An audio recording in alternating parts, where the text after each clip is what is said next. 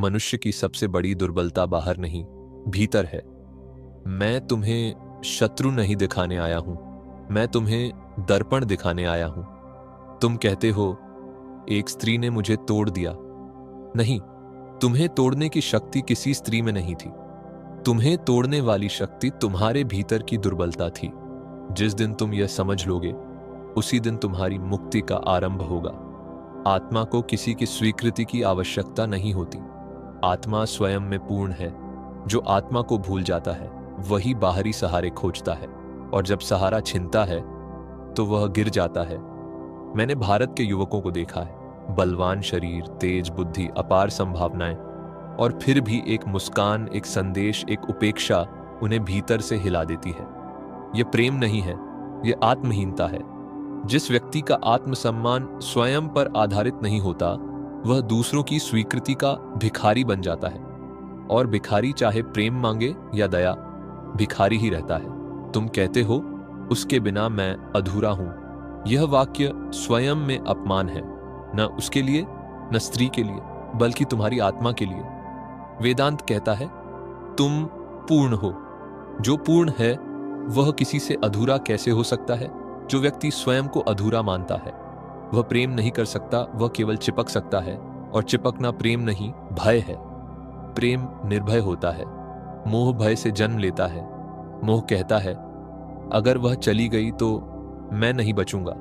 प्रेम कहता है वह जाए या रहे, मैं सत्य में स्थित हूं।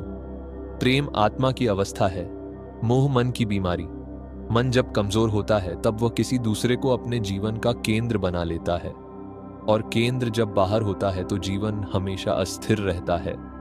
इतिहास उठाकर देखो, पतन तलवार से नहीं हुआ, पतन दुर्बल मन से हुआ। रावण का विनाश किसी शत्रु ने नहीं किया, उसका विनाश उसके भीतर की असंयमित इच्छा ने किया।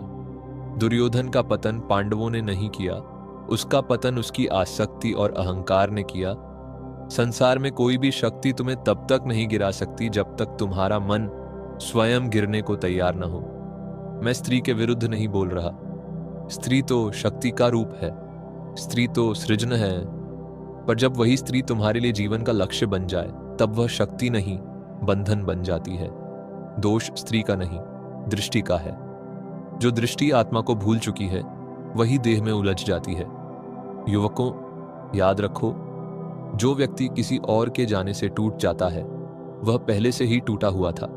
जो व्यक्ति प्रेम में अपना कर्तव्य, अपना पुरुषार्थ, अपनी साधना भूल जाता है वह प्रेम में नहीं, सम्मोहन में है।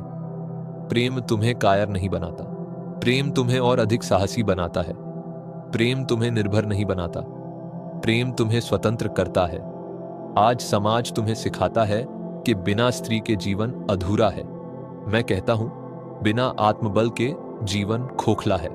पहले आत्मा को जानो, फिर संबंधों में उतरना। जो स्वयं का स्वामी नहीं, वह किसी और के साथ न्याय नहीं कर सकता। जो अपने मन को नियंत्रित नहीं कर सकता वह प्रेम के योग्य नहीं है। तुम्हारा मन जब एक संदेश पर कांप उठता है, जब एक उत्तर न मिलने पर रातें जाग जाती हैं, तो समझ लो कि तुम प्रेम में नहीं, भय में हो। और भय में लिया गया कोई भी संबंध अंततः दुख ही देता है। आत्मा भय से परे है। आत्मा को कोई छोड़ नहीं सकता, आत्मा को कोई ठुकरा नहीं सकता। याद रखो, स्त्री से मुक्त होना नहीं, स्त्री मोह से मुक्त होना ही साधना है। जो स्त्री से भागता है वह मोह से नहीं भागता, वह केवल दृश्य बदलता है। मोह भीतर बैठा है, उसे तो केवल जागरूकता जला सकती है। जब इच्छा उठे उसे दबाओ मत, जब आकर्षण आए उससे युद्ध मत करो, बस उसे देखो। जैसे कोई बादल आकाश में आता है और चला जाता है। तुम आकाश बनो, बादल नहीं। यही ध्यान है, यही आत्मशक्ति है, यही विवेक है। जिस दिन तुमने ये समझ लिया कि तुम्हारी ऊर्जा तुम्हारी साधना है, उस दिन वही ऊर्जा जो आज तुम्हें नीचे खींच रही है तुम्हें ऊपर उठाएगी। ब्रह्मचर्य का अर्थ स्त्री से दूर भागना नहीं है। ब्रह्मचर्य का अर्थ है ऊर्जा का सही दिशा में प्रवाह। मैं तुमसे यह नहीं कहता कि प्रेम मत करो, मैं कहता हूं पहले स्वयं को प्रेम करने योग्य बनाओ। आत्मा को इतना मजबूत बनाओ कि कोई तुम्हें छोड़ भी दे तो तुम टूटो नहीं, और कोई तुम्हारे पास आ भी जाए तो तुम झुको नहीं। उठो, जागो। और तब तक मत रुको जब तक यह भ्रम न टूट जाए कि तुम्हारी कीमत किसी और की स्वीकृति से तय होती है। तुम स्वयं मूल्य हो, तुम स्वयं शक्ति हो, तुम स्वयं पूर्ण हो।